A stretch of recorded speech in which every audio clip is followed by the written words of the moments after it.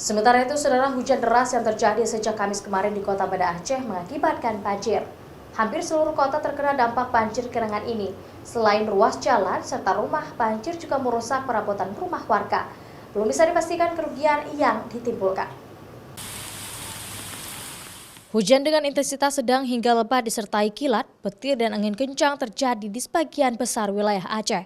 Khususnya di Kota Banda Aceh dan Kabupaten Aceh Besar, hujan lebat terjadi sejak kemarin. Hingga kini kondisinya masih dalam keadaan hujan dengan intensitas sedang. Hujan yang tak kunjung reda ini mengakibatkan daerah Kota Banda Aceh mengalami banjir. Rumah warga pun tergenang, begitu juga sejumlah ruas jalan utama di pusat kota juga ikut digenangi banjir.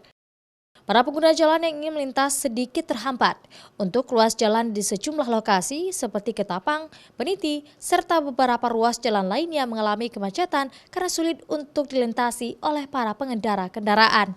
Ya, memang parah di daerah-daerah Peniti ini apalagi di lorong Raja Wali. Yang terparah memang lorong Raja Wali. Kira-kira 75 atau 50 lah segitu. Di dalam kamar pun dalam rumah masuk juga ada airnya.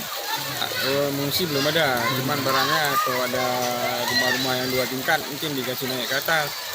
Sungai yang berada di Ketapang juga ikut meluap, mengakibatkan kondisi semakin parah. Debit air di sungai ini juga semakin tinggi. Hingga berita ini diturunkan, tidak ada korban jiwa dalam musibah banjir ini. Untuk kerusakan dan kerugian, pemerintahan Kota Banda Aceh sedang melakukan pendataan. Davi Abdullah, Kompas TV, Banda Aceh.